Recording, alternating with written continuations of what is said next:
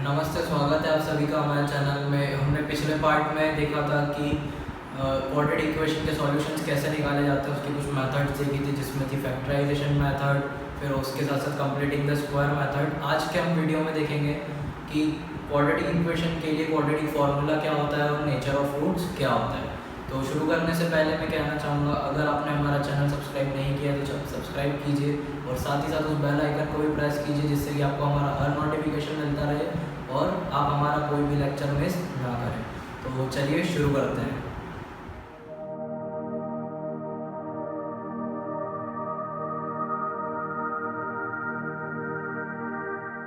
तो आज का जो हमारा पहला टॉपिक है, मतलब कि इस चैप्टर का जो थर्ड टॉपिक है वो ये है कि क्वाड्रेटिक फार्मूला क्या होता है, कैसे हम इसे यूज़ करते हैं और इससे हम किस तरह से किसी भी क्वाड्रेटिक इक्वेशन के सॉल्यूशन निकाल सकते हैं। तो इसमें यह देखा जाता है कि क्वाड्रेटिक इक्वेशन का जो जनरल फॉर्म होता है उसमें हमने देखा कोफिशिएंट ए बी और कांस्टेंट सी होता है।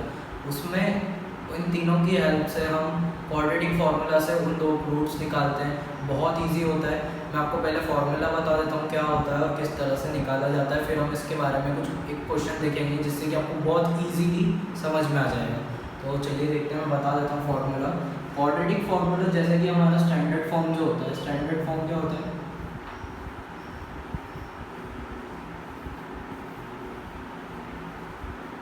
स्टैंडर्ड फॉर्म हमारा होता है ax² plus bx plus c is equal to 0। ये क्वाड्रेटिक इक्वेशन का स्टैंडर्ड फॉर्म है।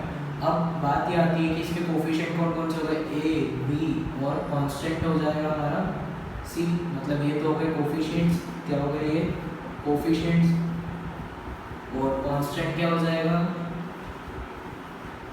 कांस्टेंट हमारा हो जाएगा c।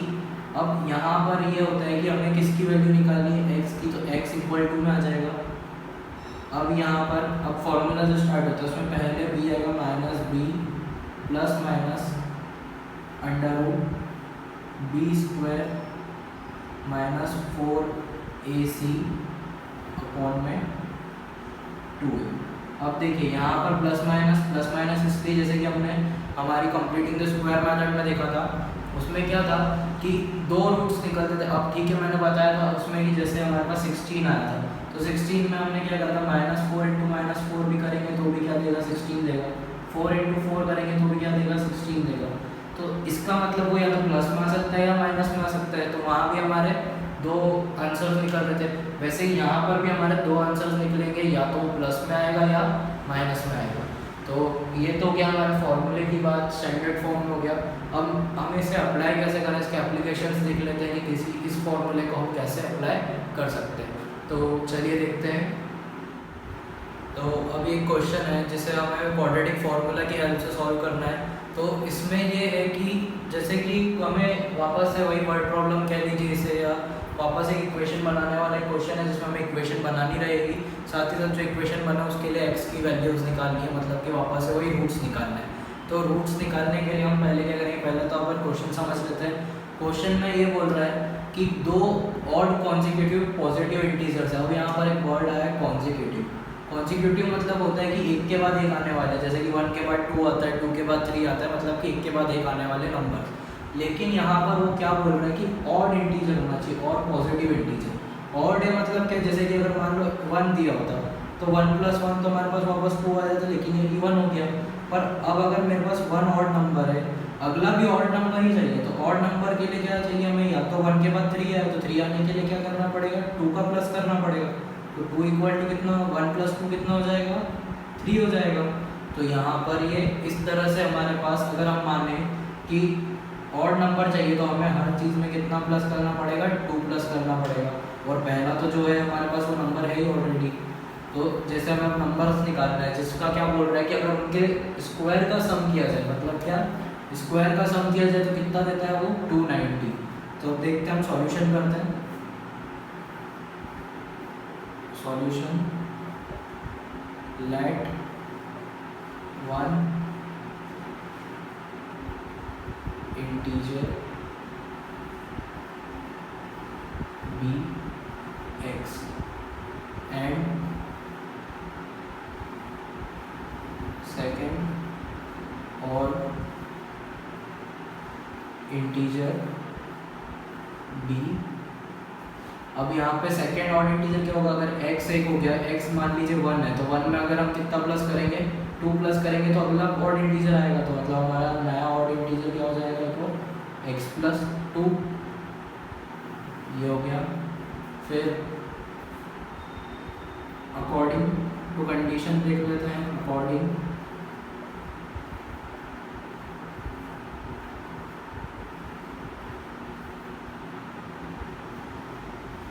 टू कंडीशन में क्या हो जाएगा, क्या बोल रहा है वो, सम ऑफ हुज स्क्वायर इज 290, मतलब क्या पहले वाले का स्क्वायर और इसका स्क्वायर का सम, मतलब एक्स स्क्वायर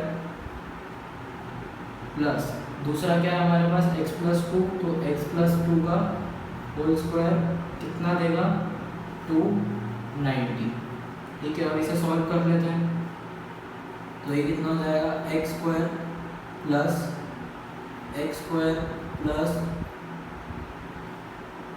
4x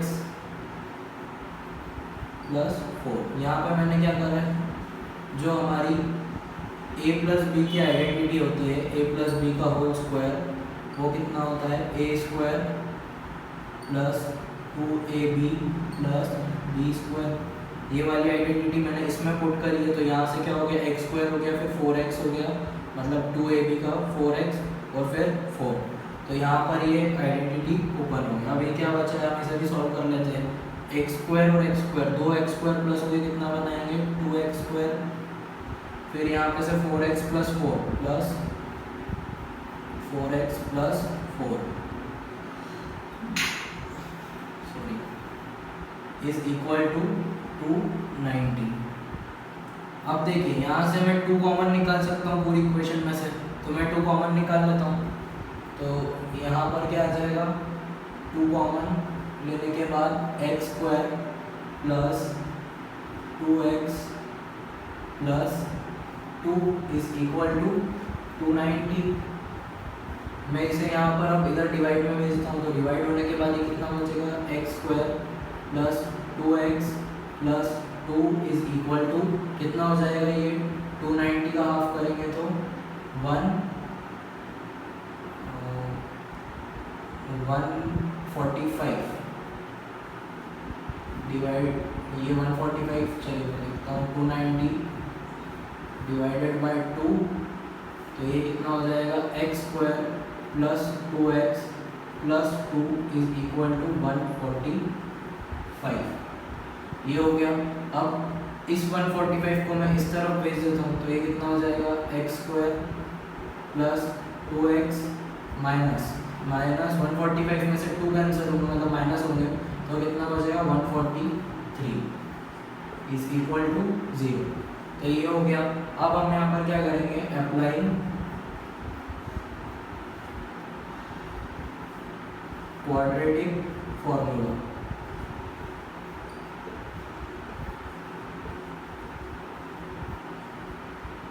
तो यहाँ पर हम क्वाड्रेटिक फॉर्मूला निकालते हैं, किसके लिए निकालना है हमें, x के लिए निकालना है, तो x के लिए निकालते हैं। क्या था हमारा quadratic formula, minus b plus minus under root b square minus 4ac whole divided by 2a।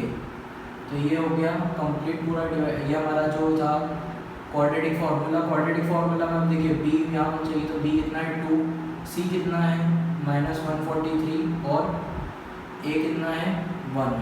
तो यहाँ से हम निकाल लेते हैं x की वैल्यू कितनी हो जाएगी, -b मतलब 2, तो ये आ गया -b 2 plus under root b square कितना हो जाएगा, यहाँ से 2 का स्क्वायर मतलब 4 माइनस 4ac 4 a कितना है 1 और c कितना हो जाएगा 143, मतलब माइनस का 143 है, तो ये कितना हो जाएगा 4 इंटू 1 इंटू माइनस का 143 और होल डिवाइडेड बाय 2 इंटू 1, तो वापस से वही 2 हो जाएगा। अब आप इसे नोट कर लीजिए, क्योंकि मुझे यहाँ पर स्पेस कम है, तो इसे मिटाना पड़ेगा, या तो फिर आप इसका स्क्रीनशॉट ले लीजिए। तो अब इसके आगे हम देखते हैं यहाँ पर x अगली स्टेप हमारी हो जाएगी x is equal to -2 plus minus √4, और फिर देखिए यहाँ पर 4 इंटू 1 इंटू -143, मतलब ये कितना हो जाएगा, माइनस माइनस तो प्लस हो जाएगा, तो यहाँ पर प्लस, फिर 4 1 ज़ा 4, और उसके बाद 4 3 ज़ा 12 कट टू 1 कैरी, तो 4 4 ज़ा 16, मतलब 117, और 4 1 ज़ा 4 और एक 572, और होल डिवाइड में कितना था हमारे पास 2।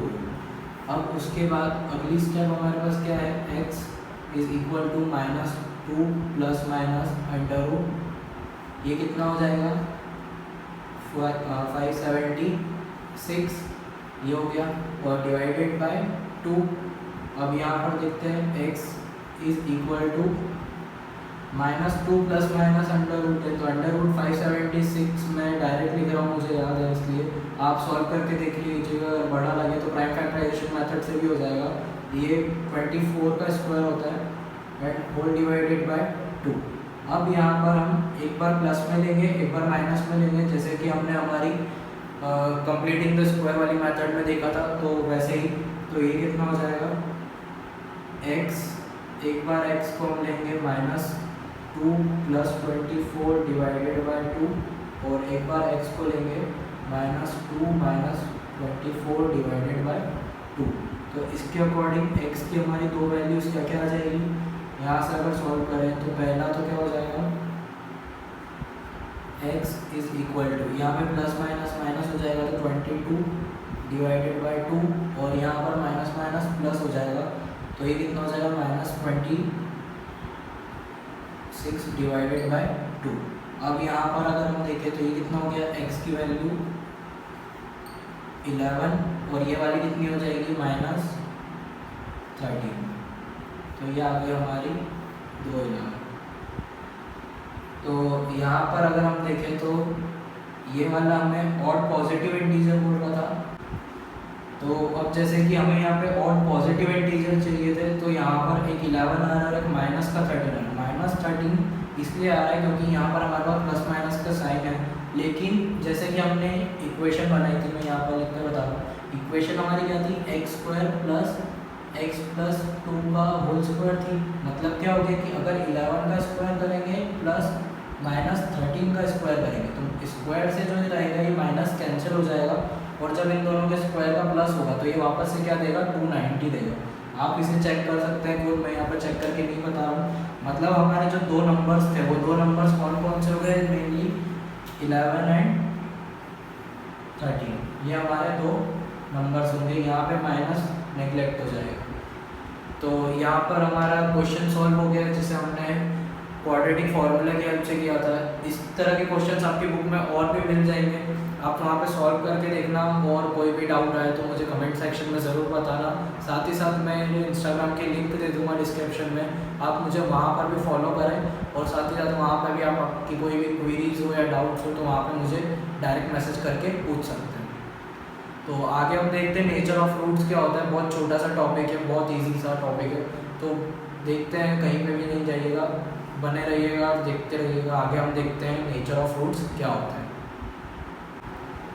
तो अब नेचर ऑफ फ्रूट्स का मतलब ये है कि जैसे कि अगर हम कोई भी क्वेश्चन क्वाड्रेटिक इक्वेशन की हेल्प से करें, किसी की भी हेल्प से करें, किसी भी मेथड की हेल्प से करें, तो उसमें रूट्स जो आएंगे उनका नेचर अगर हमें डायरेक्टली पता करना है कि वो रियल रूट्स है या रियल रूट्स नहीं है, डिस्टिंक्ट रूट्स, मतलब जो रूट्स है या तो फिर इक्वल रूट्स है, तो उसके लिए क्या होता है, जैसे पहला वाला हमारे पास है 2 डिस्टिंक्ट रूट्स, तो इसकी जो कंडीशन होती है वो क्या होती है, b² - 4ac ये इज़ ग्रेटर देन 0, ठीक है। अब उसके बाद अगर हम देखें तो जब इक्वल रूट्स होंगे और रियल भी होंगे, तो उसके लिए जो कंडीशन होगी वो क्या होती है, b² - 4ac is equal to 0, मतलब वो 0 के इक्वल आएगा। फिर उसके बाद जब रियल रूट्स ना हो तो उसके लिए कंडीशन क्या होगी, b² - 4ac is less than 0, मतलब कि रियल रूट्स नहीं होंगे। तो इसका मतलब कि जैसे कि हमारे पास 3 कंडीशन दी होती है, जैसे कि मान लीजिए वो हमने पेयर ऑफ लीनियर इक्वेशंस में देखा था कोइंसिडेंट लाइंस वगैरह या इनकोइंसिडेंट लाइंस या पैरेलल लाइंस और इस तरह से देखा था। वैसे ही यहाँ पर भी 3 कंडीशन है हमारे पास। और एक एग्जांपल से बताता हूँ मैं, हमारे पास एक एग्जांपल भी है जिसमें आपको इजीली समझ आ जाएगा।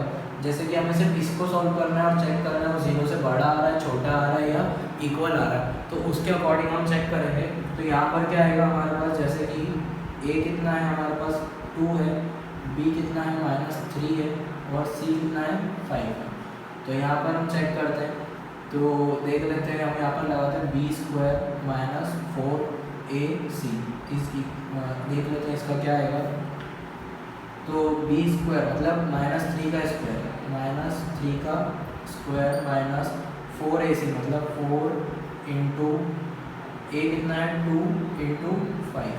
तो यहाँ पर देखें तो यहाँ क्या हो रहा है 9 मतलब -3 का स्क्वायर कितना हो जाएगा 9, फिर माइनस फिर 2 इंटू 4 इंटू 5 मतलब ये कितना हो जाएगा 2 5 से 10, 10 4 से 40, ये हो गया 40 मतलब ये कितना हो जाएगा -31, -31 आ रहा है मतलब क्या हो रहा है 0 से कम आ रहा है। तो ये कौन सी कंडीशन हो गई, नो रियल रूट्स।